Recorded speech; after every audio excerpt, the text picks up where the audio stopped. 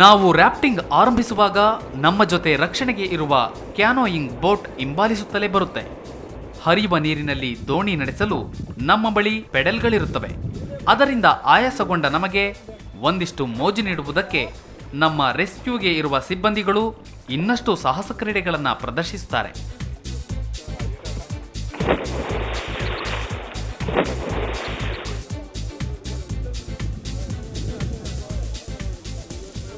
White water ರಾಫ್ಟಿಂಗ್ಗಳು ಸಣ್ಣ ನದಿಗಳಲ್ಲಿ ನಡೆಯುತ್ತವೆ. ಹಾಗಾಗಿ ಇಲ್ಲಿ ಕಲ್ಲು ಬಂಡೆಗಳು ಹೆಚ್ಚಾಗಿರೋದು ಸಹಜ. ಅದರಂತೆ ನಮಗಿರುವ ಸೂಚನೆಯನ್ನ ಮೀರಿದರೆ ಅಪಾಯ ತಪ್ಪಿದ್ದಲ್ಲ.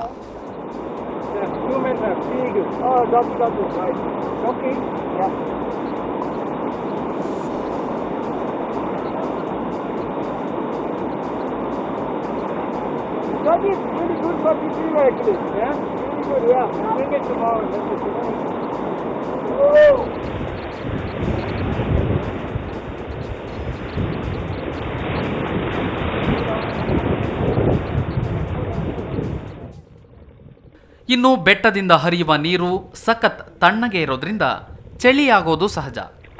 ಸತತ 2 ಗಂಟೆಗಳ ಕಾಲ ನೀರಿನಲ್ಲಿ ಇರೋದ್ರಿಂದ ಒಂದಷ್ಟು ಬೆಚ್ಚಗೆ ಇರೋದಕ್ಕೆ ಇಂತಹ ಸ್ಥಳದಲ್ಲಿ ಒಂದು ಸಣ್ಣ ಕ್ಯಾಂಪ್ ಫೈರ್ ಇರುತ್ತೆ.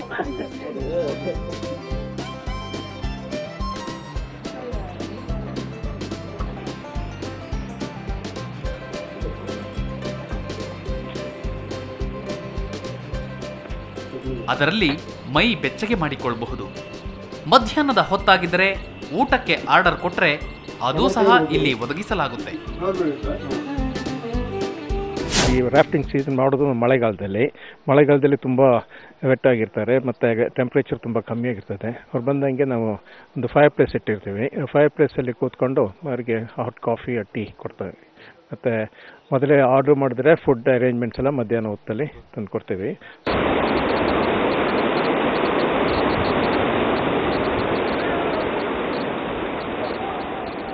ಕೊಡಗಿನಲ್ಲಿ ವರ್ಷ ಪೂರ್ತಿ ಅಡ್ವೆಂಚರ್ಗಳು ನಡೆಯುತ್ತೆ ಅನ್ನೋದಕ್ಕೆ ನೀವು ಇಷ್ಟೊತ್ತು ನೋಡಿದಂಥ ರಾಫ್ಟಿಂಗ್ ಸಾಕ್ಷಿ. ಕೊಡಗಿನಲ್ಲಿ ಅಪರೂಪಕ್ಕೆ ನಡೆಯುವಂಥ ಈ ವೈಟ್ ವಾಟರ್ ರಾಫ್ಟಿಂಗ್ ಮಳೆಗಾಲದಲ್ಲಿ ಮಾತ್ರ ಕಾಣಲಿಕ್ಕೆ ಸಾಧ್ಯ. ಆದರೆ ಕೊಡಗಿಗೆ ಬಂದಾಗ ನಿಮ್ಮ ಟೂರ್ ಕೊಡಗಿನಲ್ಲಿ ಇದ್ದಾಗ ಖಂಡಿತವಾಗ್ಲೂ ವೈಟ್ ವಾಟರ್ ರಾಫ್ಟಿಂಗ್ನ ಮಿಸ್ ಮಾಡ್ಕೋಬೇಡಿ.